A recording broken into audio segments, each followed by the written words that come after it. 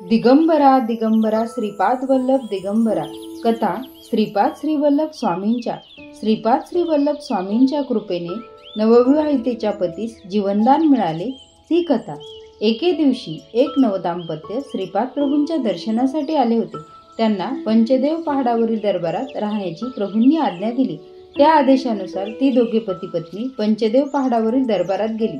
परंतु 2 दिवसातच तो नवयुवक गतप्राण झाला। या अकस्मात मृत्यूने ती नववधू घाबरून गेली।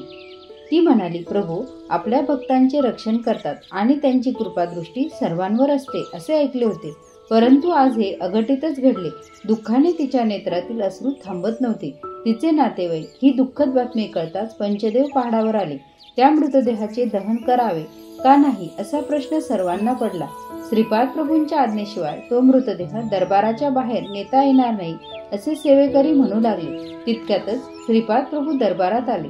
शोक सागरात बुडालेल्या त्या नववधूने श्रीपाद प्रभूंना आपल्या दुर्भाग्याची कर्मकहाणी सांगितली। श्रीपाद प्रभू म्हणाले, कर्माचे फळ भोगणे अनिवार्य असते। यावर ती नववधू अत्यंत श्रद्धापूर्ण भावाने म्हणाली, प्रभू या विश्वात आपणास अशक्य असे काहीच नाही। माझे मांगल्य देऊन मला या भयंकर दुःखातून सोडवा। त्या नववधूला श्रीपाद प्रभूंच्या कारुण्यपूर्ण स्वभावावर दृढ विश्वास होता। श्रीपाद प्रभू म्हणाले, तुझा दृढ विश्वासच फलदायी ठरेल।